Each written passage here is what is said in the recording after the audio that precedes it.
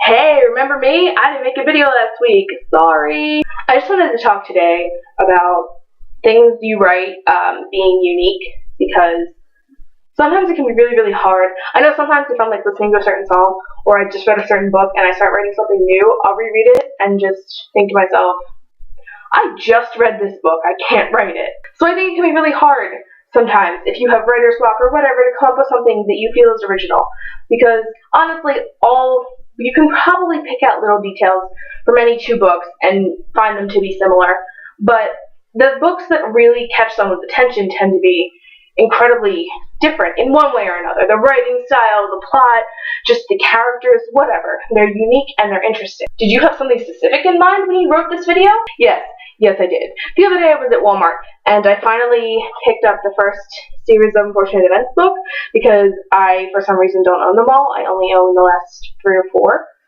So I was thinking, this is one of the most uniquely written book series that I have ever read in my entire life. If you've read it, you will understand what I mean. It's just, the plot is so incredibly interesting, and if you don't know, it's about these 3 orphans, the Baudelaire orphans, and their parents died in a house fire, and it's called A Series of Unfortunate Events, because everything that happens in these 13 books, 13 is the unlucky number, is just very, very awful for these 3 orphans.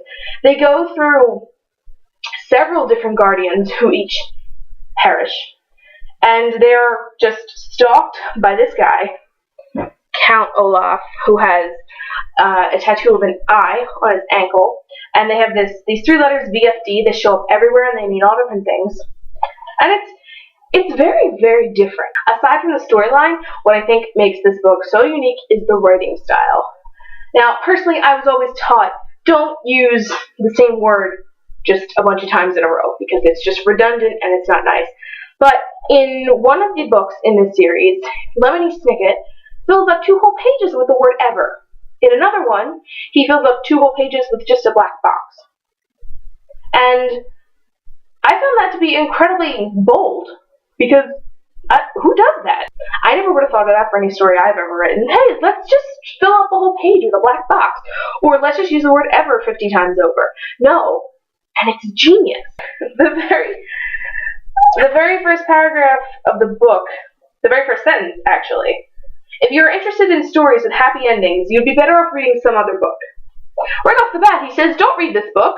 Now, obviously, you're intrigued, like, what's going on? But still, and on the website, it says, don't read this series, all that stuff, kind of like reverse psychology or whatever. But it's very, very bold. Everything about that series, I think, is very bold.